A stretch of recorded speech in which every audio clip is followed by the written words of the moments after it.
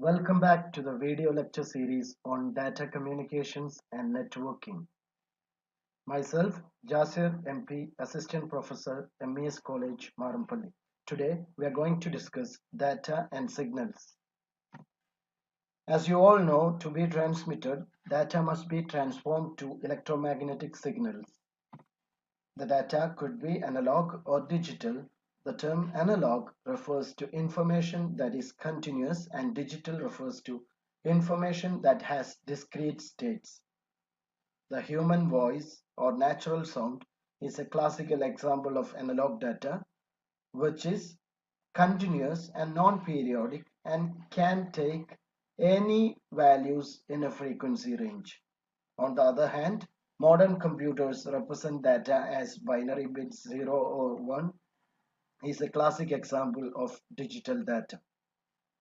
Now, the topics discussed in this section are analog and digital data, analog and digital signals, periodic and non-periodic signals. As you know, analog signals can have infinite number of values in a range.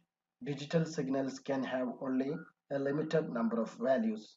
The figure shows a non-periodic analog signal on the left-hand side and a non-periodic digital signal on the right-hand side.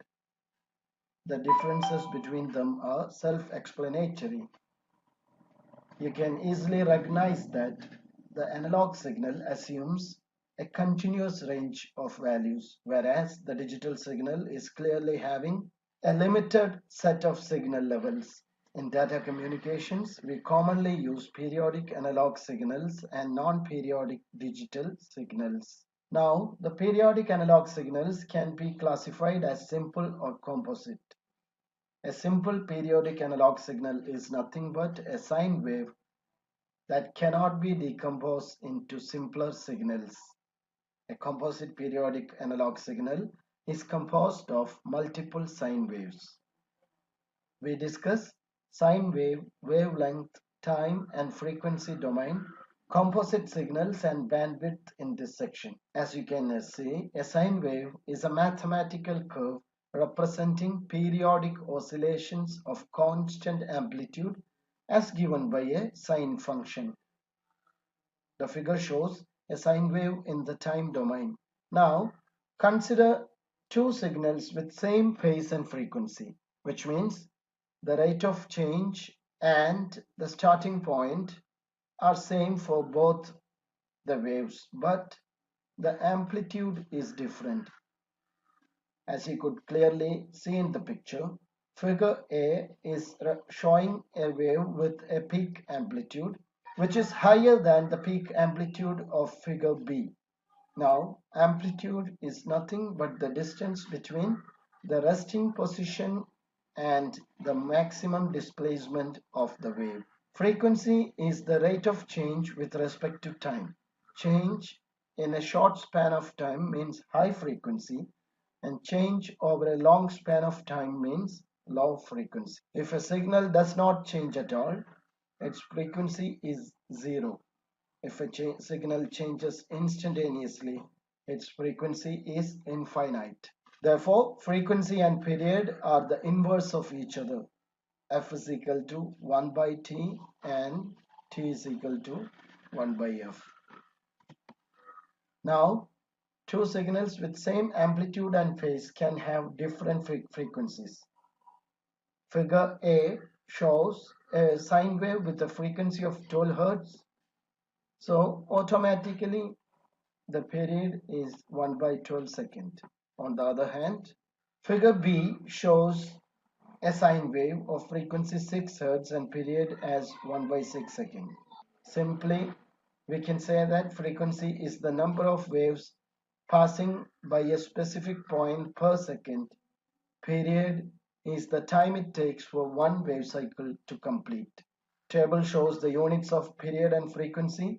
Period is measured in different units of time, seconds, milliseconds, microseconds, etc.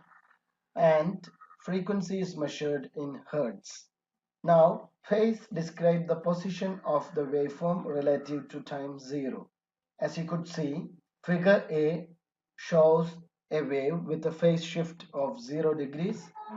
Figure B shows a sine wave with a phase shift of 90 degrees. C shows a sine wave with a phase shift of 180 degrees. Phase is nothing but a particular point in time on the cycle of a waveform measured as an angle in degrees. Now, the wavelength and period. Wavelength is the distance between identical adjacent parts of a wave.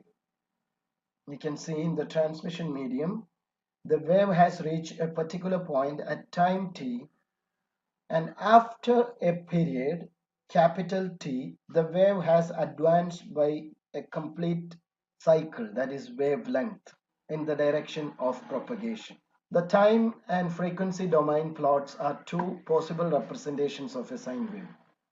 In time domain, a sine wave is represented totally with all the possible values that it is holding, and in frequency domain, the sine wave is represented with just a single spike against the corresponding frequency and amplitude values.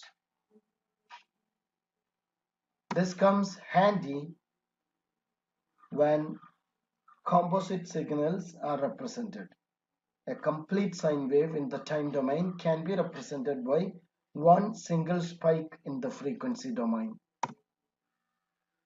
The figure shows time and frequency domain of three sine waves with frequencies 0, 8 and 16.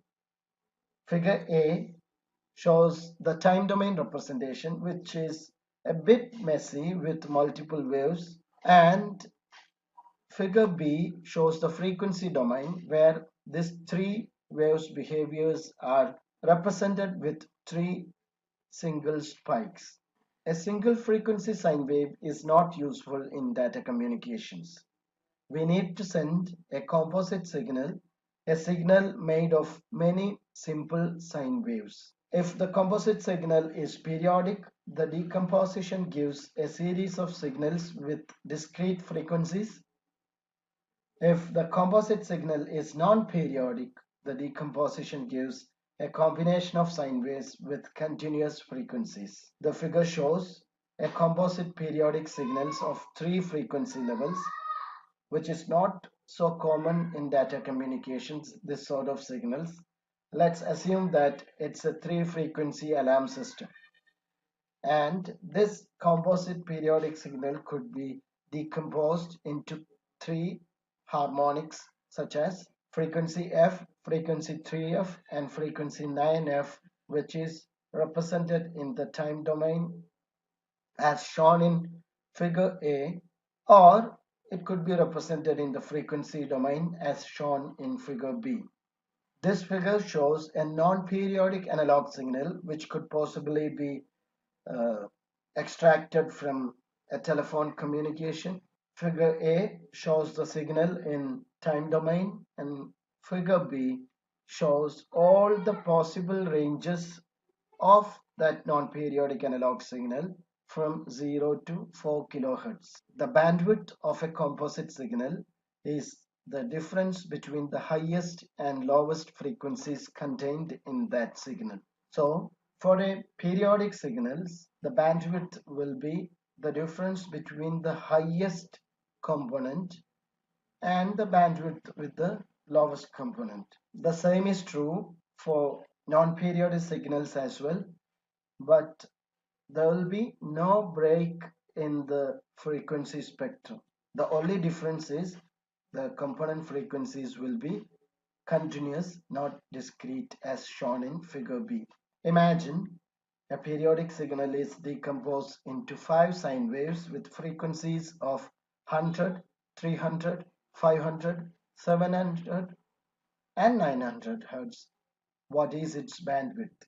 And draw the spectrum assuming all components have a maximum amplitude of 10 volt. We know that the bandwidth will be frequency highest minus frequency lowest, which is 900 minus 100 is equal to 800. The bandwidth will look like 5 spikes in the frequency domain. All the amplitudes corresponds to 10 volt, and each individual spikes corresponds to the respective frequencies. Today we discuss analog signals, simple sine waves and composite sine waves, periodic and non-periodic analog signals, properties of waves, and time and frequency domain representation of analog signals. In the next class, we'll be discussing digital signals. Thank you.